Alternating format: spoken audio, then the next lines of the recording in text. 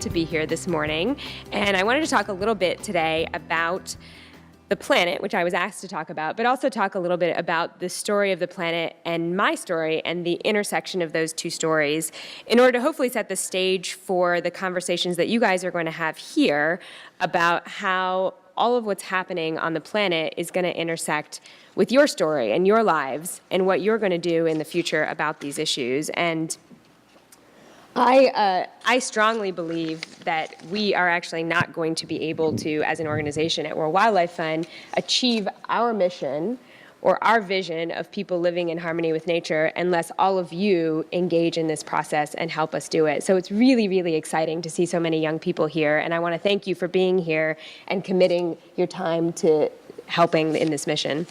So my story, I actually wasn't always totally engaged in individual action. I had spent a lot of time in my career working on policy and climate policy and all kinds of sustainability policy, but I wasn't always really engaged in what I could do in my personal life. And the story of when I became really, really passionate about that actually started, as all good journeys, on a bicycle lane. So I was pregnant at the time. This is about my son's 2, so it was maybe 2.5 years ago. And I was riding my bike from my home in Southwest DC to work. And I was riding past the tidal basin, which maybe some of you can kind of picture in your heads. The Jefferson Memorial's there. And I'm just, biking to work. And I'm kind of starting to show. And all of a sudden I heard out of the corner somebody screaming, "You're a baby killer." And then somebody else screamed, like, "You're endangering your child. How could you do that?" And it was really jarring, and I just thought, wow, that's incredibly hurtful. Like, what would inspire somebody to say something like that to somebody who's just riding their bike down the street? And I was shaken, and so I went, and I actually had a doctor's appointment that day, and so I asked, like, is there anything actually dangerous about me riding my bike while I'm pregnant? And they said, "Oh, no, you're fine. It's actually good for you to continue exercising. We encourage you to do that. Please keep doing it." And it was one of those moments where I realized that no matter what scale you're trying to do something at, there's always going to be forces of inertia. There's always going to be people who are telling you not to do it. There's always going to be people who want the status quo for whatever reason. And sometimes they mean well. I'm sure those people meant very, very well. And sometimes they don't mean well. Sometimes they have their own interests. And if you really want to be a force of change, for me, that was a very powerful moment because I realized if you really want to change things, you have to power through those people. You somehow have to get onto the other side of people who are going to tell you that you can't do things.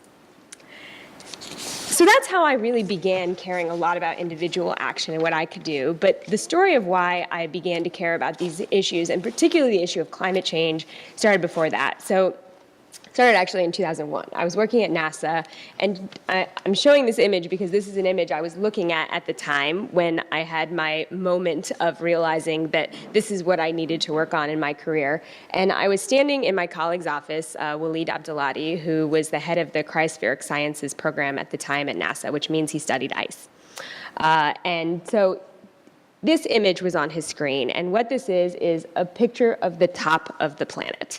And just to orient you a little bit, the gray things are continents, the blue is water, the white is ice, and that yellow line is the historic average of how much sea ice had been in the Arctic.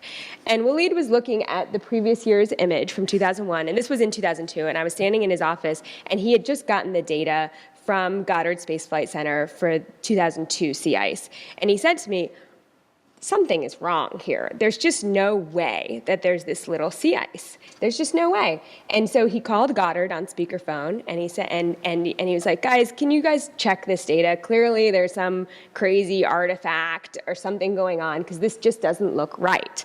And they said, "Waleed, we wouldn't have sent this to you unless we had checked it about 12 times. And this is the image that we were looking at. there was much less sea ice than there should have been. And for me, that was a really jarring moment because I didn't just see like a smaller blurb of ice. What I saw was what I knew about what was happening on the ground. So you imagine that layer of ice, I'm not that tall, but it's about twice my height in thickness.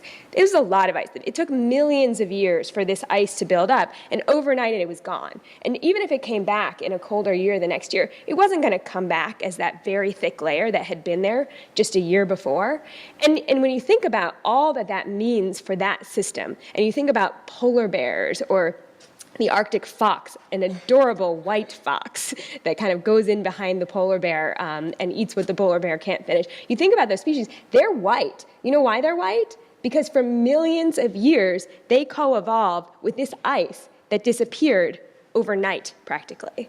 And there were no models that would predict that the ice would disappear this quickly, so it was getting out of control. And so the next day I went to my boss at NASA, Jack Kay, who was luckily a very nice and sympathetic guy, and I said, I think I need to work on climate change.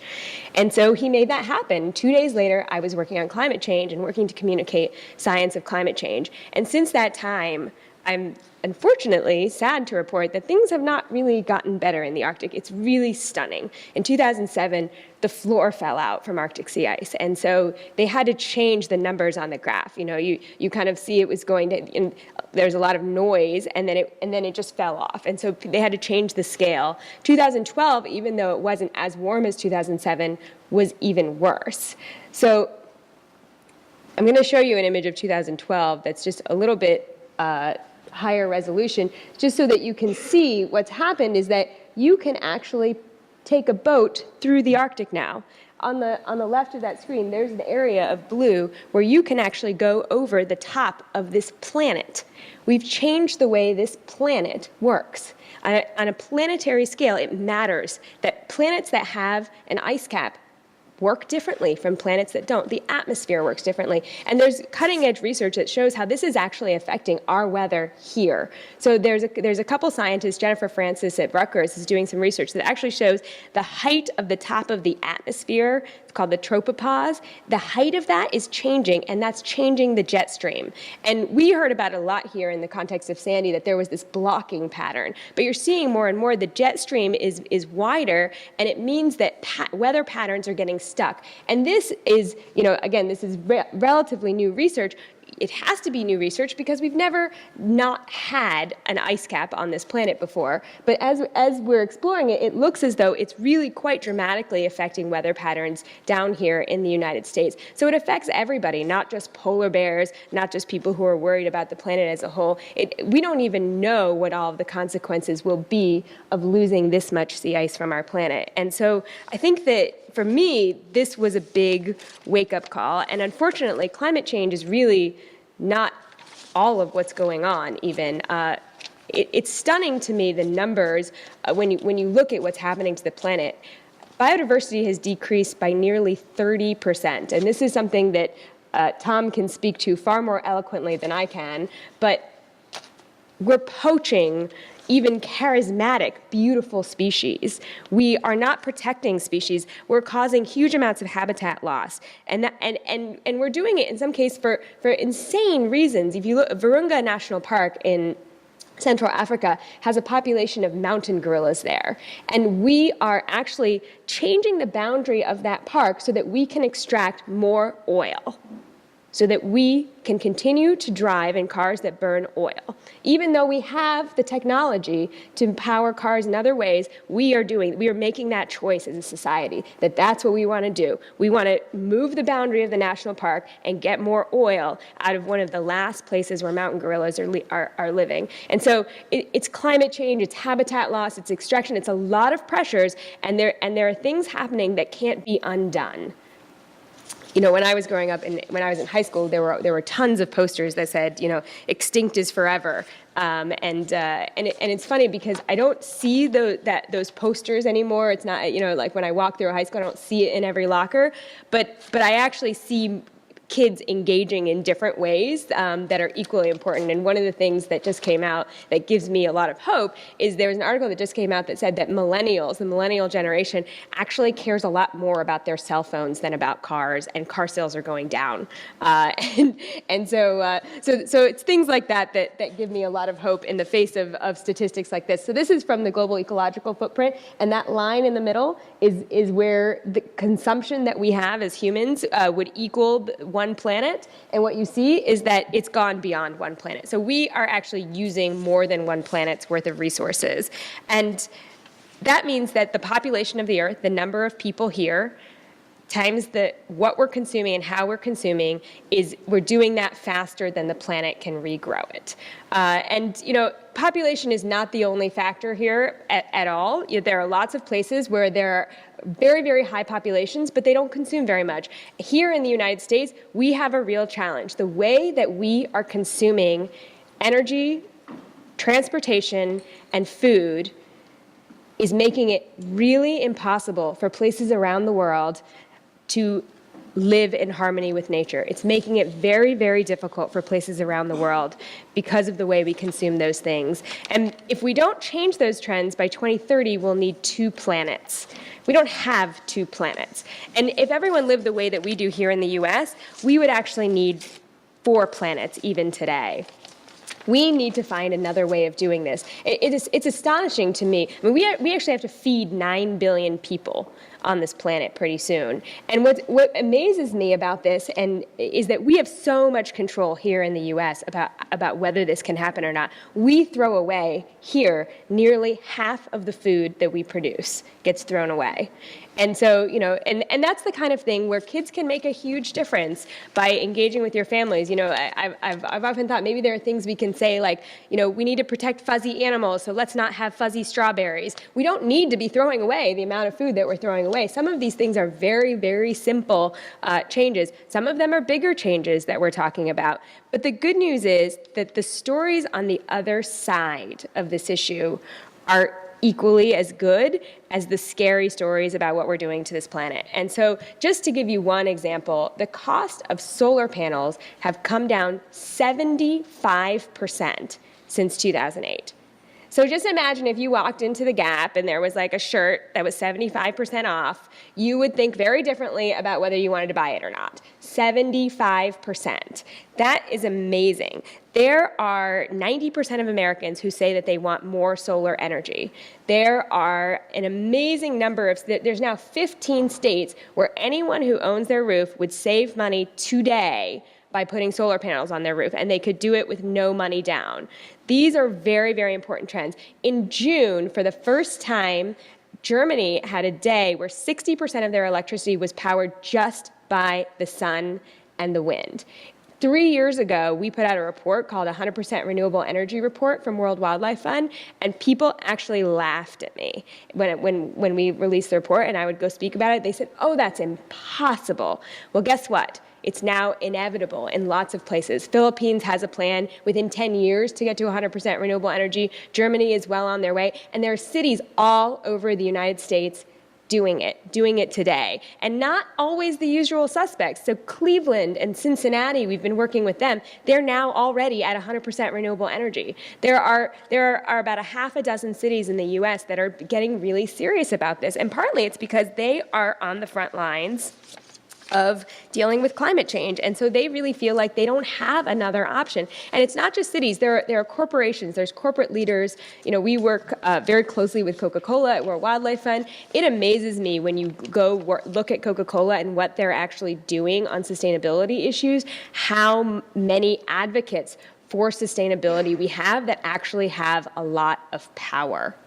So remember that it's not just us. There's a whole infrastructure and a lot of people out there who want to do something. And there aren't just naysayers. There aren't just like the people who are yelling at me on my bike. I discovered This is a picture of our backyard in Southwest DC. But after my son was born, I discovered that there's actually an amazing amount of support out there as well, in addition to the naysayers. So I found this amazing group of moms who really were so supportive about everything I was trying to do, and they were trying to do it too, and we were doing kind of crazy things. There's a movement called elimination communication where you try to not use diapers at all, and we were all kind of trying it and laughing about it, and it actually works reasonably well. At least it did for a little while. I had to give up on it at some point. It was amazing to me how much support I found when I actually started to look for it. And so when I was pregnant, I wrote this book called The Zero Footprint Baby because I was thinking through all these big decisions I was making on behalf of my child, for my child. Where was I going to live? Did we need to move to the suburbs for a better school? How are we going to feed him? How are we going to provide childcare? What kind of diapers were we going to get? And I was doing all this research, and even though our kids are going to grow up in an era of climate change, there was nothing out there that talked about climate change and living. And so I wanted to know, of all these changes we were doing, what made the biggest difference? And, it becomes really clear. Solar panels made the biggest difference in our house by a long shot. There was no longer coal being burned to power our home. The clothesline was the second biggest difference. We were no longer using a dryer. The compost pit was probably the third, and the cloth diaper probably didn't make that much of a difference, but it really was very cute, and so it caught on. They're very cute now, the cloth diapers. And so, these are the kinds of things that, once you start to dig into this, you realize there's a lot you can do. Most of it's very fun. People say, oh, well, isn't it a sacrifice to, not be using so much heat or air conditioning in our house? And I say, well, it would be a sacrifice if I was sitting in my house and hot, but what it means is that I get out of my house and I go to the pool and I go to a museum and I have a much richer life because of these decisions that I've made, and I wouldn't do it if it wasn't enriching our lives in a way. And of course, there are real reasons to do all of this stuff. It's gotten to the point where it's very, very hard to ignore the increasingly devastating weather that's happening around here as well as around the country. And it's great that we're hitting these numbers, like 60% of electricity in Germany from the sun and the wind, but we're also breaking other records, unfortunately. So in May, for the first time, we saw that the ratio of CO2 in the atmosphere exceeded 400 parts per million for the first time. And just to give you some sense of what that means in a historical context, the last time that happened, humans were not walking on two legs. It was a long time ago. The oceans were far more acidic, sea levels were much higher, and it's not a world that is really compatible with the number of human beings we have on the planet today. And the reality is that there's a lot of inertia in the system right now. There are changes that will unfold over our lifetimes that at this point are inevitable. They are what I would call often the hangover. It's a hangover from many, many years of burning more fossil fuels than we should. But that doesn't mean that we don't do something about it. Just because you're going to have a hangover doesn't mean you don't stop drinking. There is a lot that we can do about this still, but we need to be serious about the scope of the problem and realize that there's a lot that we need to do. There is a lot to be done. We have a relatively narrow window of opportunity right now in the next 4 or 5 years to set ourselves on the course that we need to be on. And I think that as I said, it's clear that we can't afford to ignore the growing reality of increasingly devastating weather and what we're doing to the planet. I also see that people no longer are ignoring that reality. And so from fires to floods, people are actually in those contexts now talking about the moral obligation that we have to our children and the moral obligation we have to protect our children. And it's not just about protecting our children. There's all kinds of moral questions at play here. There's all kinds of equity issues at play, and this is fundamentally about fairness. And so I know it's Saturday morning and not Sunday morning, but I think it's worth looking at, where religions have played in to this issue and weighed in. So the Catholic Church has a video. If you look it up on YouTube, it's called "Who's Under Your Carbon Footprint," and it's very compelling because it shows this big boot print over starving African children, and it asks you to think about the real moral question here. What gives us the right to do this to the planet? What gives us the right to do this to other people who have less than we do? And I think that many faiths actually give us tools that we need to address climate change. And so, from the Hindu tradition, focuses on a sense of being interconnected with each other and also with the planet. And there are all these tools that you get from religion, whether it's selflessness or humility, compassion, a duty or a need to provide service. There's so many religions that have wonderful ideas about taking care of the earth, some of them noting that it's actually our responsibility as humans to take care of the earth, and some of them actually having a sense of reverence towards the earth, seeing it as something sacred and beautiful. And those are the core attitudes from which I think we will tackle the planetary crisis that we're facing. And I do fundamentally believe that we will tackle it. And I believe we'll tackle it here. I often say to people who work, I work a lot internationally, so I often start my days with a 6 a.m. call with my colleagues from around the world where they say, "What is wrong with America?" And I just say, you know what? This is a great place to work on these issues. If I feel terrible for my colleagues who work like in WWF Fiji, because there's very little pollution happening in Fiji. Like, I am in the land of opportunity. This is where all the emissions reductions are. Like, if you want to make a change, this is where you want to be, is right here and right now. Like, this is what needs to be changed. And we can do it. Of course we can do it. I get very frustrated when people become, sort of cynical and think, oh, well, it's so bad, what can we do? Because I don't think you can really look at the history of this country and doubt that Americans have the ingenuity and resolve to do it. And again, I came from working at NASA, so when people tell me there's nothing we can do about this, I'm like, we put a man on the moon. I mean, we just decoded the human genome. We invented the internet. It's very hard for me to believe that we can't slap solar panels on people's homes and use a different kind of electricity. It's just not credible to me that we can't do this. Of course we can do it. We've invented these technologies. They exist. It's just a question of deployment. And so the question becomes, why aren't we doing it? What is actually holding us back? And I think that you have to be honest and say that there are forces that are much bigger than people standing at the tidal basin yelling at you. The big oil and fossil fuel companies actually have a major stranglehold on our democracy. And of course, we can build a future with clean and renewable energy and that's sustainable, but it means that we actually need to engage, and it means that we need to put people instead of fossil fuels in charge of our democracy. But we can do that because it is a democracy and we have a lot of power here. And so together we can do it. I think that alone, individually, we are weak. We can set examples. We can show, like, look, this isn't so scary. Part of why I do the amount that I do in my personal life is just to show an example of what it looks like. People are scared of policies that bring about sustainability because they don't know what the world would look like. And so what I strive to do is show people what it looks like. It looks pretty normal. I do my laundry and cook my clothes pretty much just like anyone else. It just happens to be the case that the sun and the wind are powering it when I'm doing it. And so it's not going to be so scary when these policies take place. And that's why I think individual action is so important.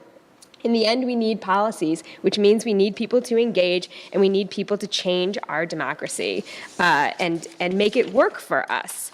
And it is, I think, the majesty of what is actually on this planet that gives me inspiration. And it's groups of people like this that give me hope and give me the total confidence that we are going to do this, that we are going to create the change that we need. And honestly, I've known about all of these issues for a very long time. I've studied them throughout my career, and I still chose to have a child. I have a 2-year-old, to bring a child into this world. And that's because I have complete faith in all of you.